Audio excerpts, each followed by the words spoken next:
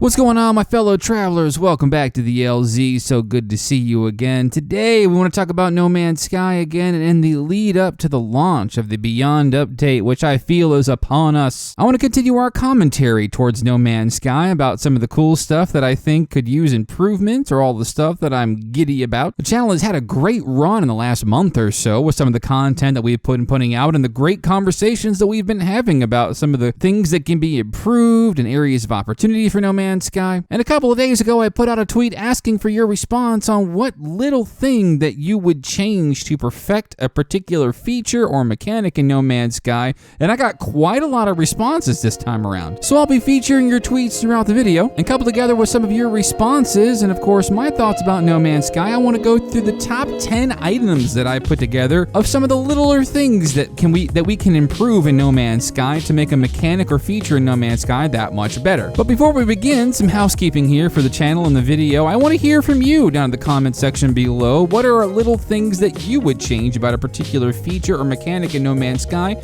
that would make that mechanic more appealing, better, more enjoyable, or the game is just perfect the way it is, and I want to hear from you too. And if you like hanging out in the LZ, I would appreciate some support, whether it be a simple comment, a like, subscribe, or even pressing the join button to help the channel monthly. That helps keep the launch thrusters here in the LZ perfectly fueled and ready to go. Now to the top 10 items that we would improve by making little tiny changes to in No Man's Sky, and let's talk about number 1, a dedicated photo mode button. The fact that they added a photo mode to No Man's Sky at all is certainly a blessing. Being able to pull the camera out and take a nice wide-angle shot of some of the beauty, scenery, and awesome sights in No Man's Sky has always been super fun, especially taking those shots in 4K or in the sort of 1800p shots on the PS4 Pro. But getting to the photo mode through the quick menu is a bit cumbersome, and sometimes you can miss out on that accent shot that you're really looking for. Or more often than not, I find myself having to try over and over until I get it exactly pixel perfect the way I want it. Having to have a couple of or 2 or 3 button presses before you can actually get into the photo mode button is the difference between a good shot and a great shot. And of course, giving even more tools to the prominent photo peeps on Twitter and Reddit, like your Ray Reynolds for instance. I mean, who wouldn't want that, right? And of course, I've seen a lot more responses as far as some additional photo mode additions that would be really cool, like being able to remove clouds. And I personally would like to see a super sampling option within both PC and consoles to make those images super crisp. Just a couple of thoughts for the photo mode. Item number 2, a radial quick menu. Speaking of the quick menu,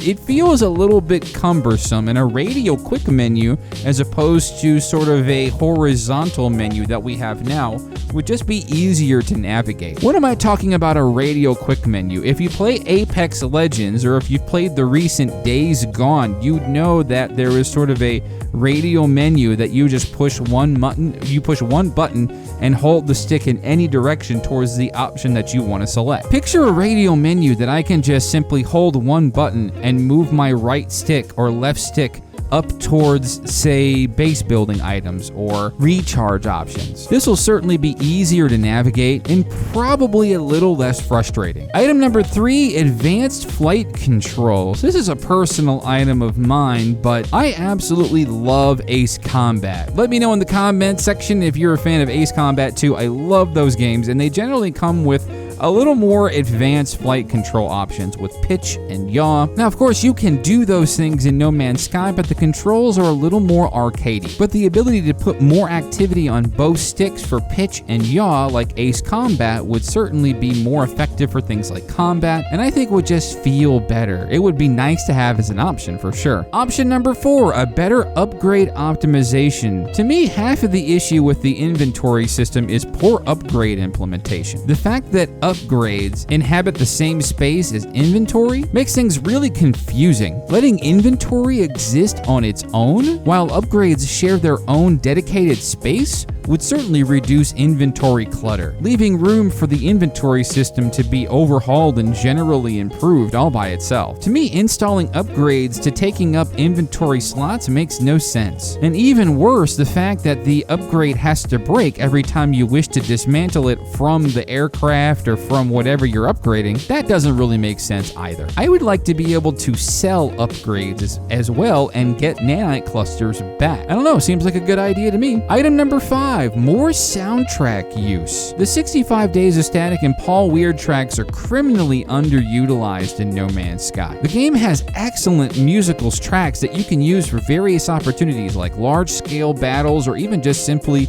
exploring on a certain type of planet. More often than not, we hear the same tracks over and over when excellent, lesser-used tracks could be used for other types of situations more regularly. There's enough soundtrack that comes with No Man's Sky that was made by 65 Days of Static alone to be utilized another 50% of the time at least. When I land on a planet for the very first time, I want to hear Supermoon playing in the background. When I'm trying to rescue a freighter, I'd love to hear the last section of Asimov playing in the background. All in all, I would just love to hear those tracks from both 65 Days of Static and Paul Weir really put more front and center than what they already are. Number 6, VR goodies for non-VR players. Now, this might already be in the process, but I still want to put this out there. The VR portion of the Beyond update is the most significant footage that we have of Beyond so far. And that's not even to say that the footage that we were looking at was exactly Beyond. For all we know, that could be VR operating in the pre-Beyond environment currently. I personally am not big on VR. I don't really have a need to do it. I get enough headaches as it is. And plus, I'm pretty poor. I don't think I could afford a VR headset right now, even if it's PSVR. But just looking at some of the awesome stuff that they've implemented for the sake of VR is already blowing my mind. Ever since Next launched, I've always been playing in third person so far, while at least on foot. But I generally always play in first person while flying ships. Not having a cockpit in the exocraft either was kind of a missed opportunity, but now that they've improved the cockpits of ships, they've added a cockpit for the exocraft, they seem to have redone the cockpit or the interiors of ships already. They've added sticks. Cockpits are generally just more pretty to look at, and the fact that you can almost completely turn around while you're in your ship and flying, if the leaked VR footage is anything to go by, yes, I want those things. I want those things. To me, I don't see any reason why Hello Games wouldn't include this for non-VR players, but I'm just saying, all those new additions look delicious, and the non-VR players would certainly love to enjoy those things too. Item number 7, PS4 Pro and PC option accessibility. Now what I mean by this is if you're playing No Man's Sky on the PS4 Pro, you'd know that generally games that come with Pro support have the ability to switch between the performance mode and resolution mode right within the menu. Games like Horizon Zero Dawn give you this capability right there without having to restart the game. If I wish to take advantage of either the resolution or the performance mode in No Man's Sky on PS4 Pro, I have to literally exit the game, go into the PS4 settings, and change the actual resolution. For No Man's Sky, I would like to be able to just change between these options, or at least have the option to do so, right from the game's menu. I know it sounds weird, but there's certain times that I would like to be able to enjoy the game even at 30 frames per second, but with a higher resolution on my 4K TV, or even just have the ability to enjoy just a 30 frames per second with better super sampling at 1080p. The capability is there, I would just love the option to do so. And on PC, having the option to change the graphics options before starting the game,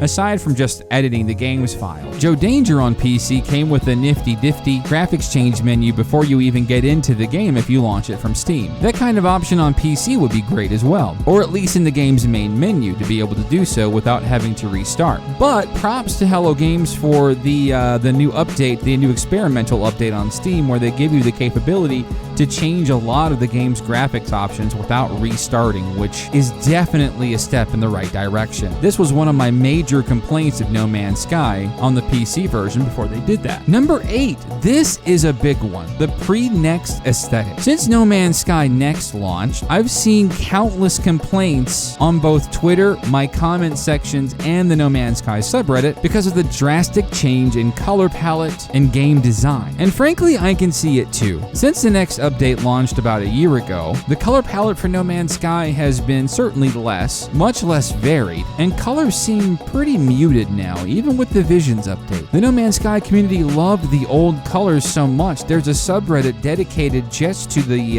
Pathfinder update by itself, and having been to that subreddit a couple of times, I can see why. With No Man's Sky Beyond, No Man's Sky should really go all out with the colors, just completely insane. That was one of the handful of things that really attracted me to the game when it was first revealed so many years ago. And if it were up to me, No Man's Sky's color palette wouldn't even make sense as far as color combination goes. To me, I say just go wild. Number 9, a simpler inventory. I kind of hinted at this one earlier when I talked about upgrades, and this is one of the more common complained items too in the No Man's Sky community is how the inventory is handled. Having multiple inventories makes things really disorganized and cumbersome to navigate. Once you really get things going in No Man's Sky, you can have up to 5 different inventory that you have to manage. Your main inventory, your secondary inventory, your ship's inventory, your freighter's inventory, and the large storage crates that you have at your bases and on your freighter. Hello Games should really find a way to marry all of these and make them less disorganized. And furthermore, I would love to be able to access my freighter inventory without having to land on it. I know this isn't really a small change, but just imagine being on a planet's surface and needing inventory from your freighter. Imagine calling your freighter into orbit, asking for